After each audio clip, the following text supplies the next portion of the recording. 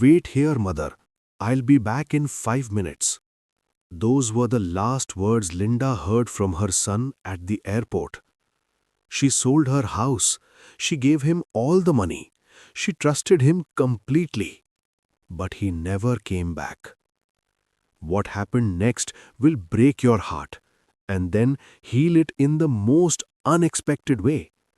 Stay till the end because what the police officer told her changed everything. This is Linda's story. My name is Linda Parker. I am 59 years old. I live alone in Brighton. My husband died 8 years ago. I have only one son, Daniel. He went to Canada many years ago. Now he lives there with his wife Sarah and 2 children. He has a big house, a good job, and a happy life. But I am here, alone. Every day is the same. I wake up early, I clean the house, I cook for myself. In the evening, I sit alone. Nobody comes to see me. Daniel does not call me much. Sometimes he sends money. Sometimes he says, "Mother, I'll come soon." But he never comes. Still, I wait for him. I love him. He's my son. I keep his old photos in my room and look at them every day. The surprise visit. One day, someone knocked on my door. I opened it. It was Daniel. I could not believe my eyes. "Daniel, you really came?" He smiled. He looked happy. I hugged him. My eyes were full of tears. He came inside. I made tea. We sat and talked. "How is Sarah? How are the children?" "They are all fine, mother." Then I asked, "Why did you come?" He said, "I missed you, mother. You live here alone. I worry about you. I want to take you to Canada." I was quiet. "You are getting old. It is not safe here. You should come with me. You will be happy there." I said slowly, "But this is my home. I was born here. I got married here. Your father lived here. I cannot leave this house." Daniel looked serious. "This house is very old. It is not good for you. In Canada, you will have everything. Your own room, you can see the children every day. Sarah also wants you to come." The big decision. That night, I sat alone and thought, what should I do? I did not want to leave, but Daniel was my only son. The next morning, Daniel said, "Mother, we should sell this house. You do not need it anymore. You will live with us. You can use the money for your new life."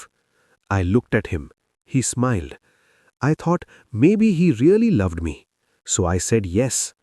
I sold my house. Daniel took all the money. I packed my bag. We went to the airport together. I was sad but also happy.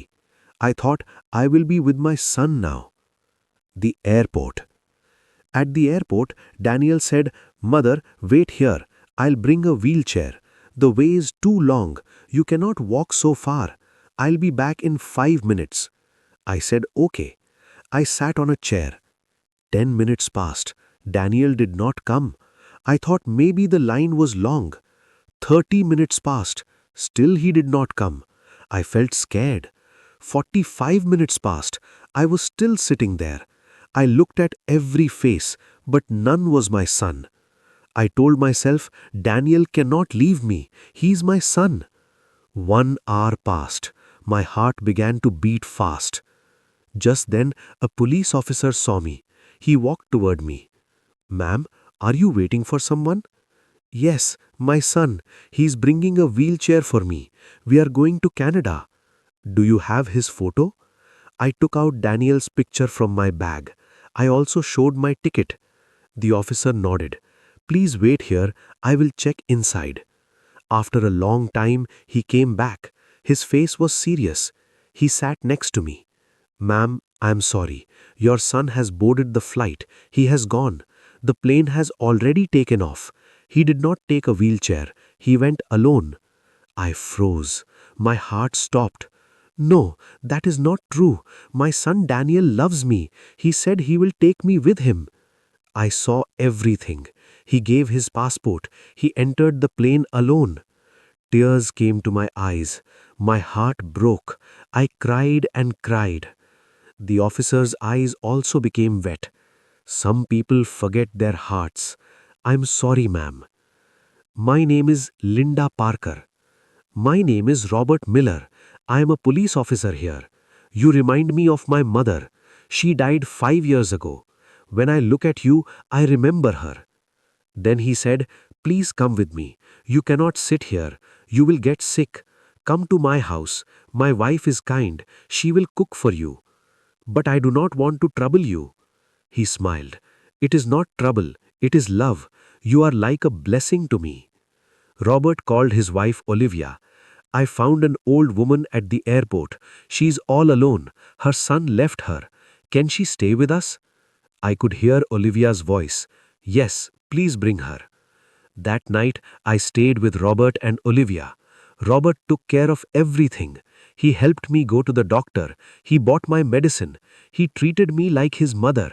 His wife gave me respect. Their home became my home. Their family became my family. I only prayed.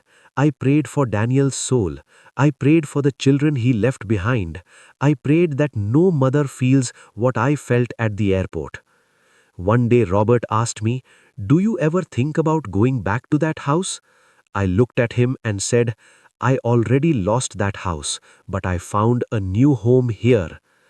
Daniel was gone, but I got the son I truly deserved. I feel grateful."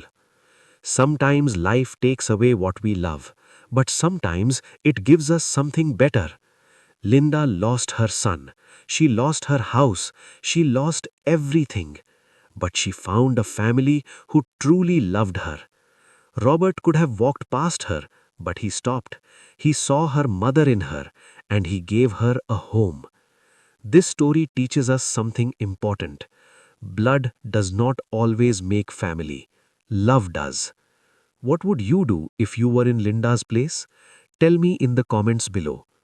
If this story touched your heart, please like this video, share it with someone who needs to hear it, and subscribe to our channel for more stories like this. Thank you for watching. See you in the next video.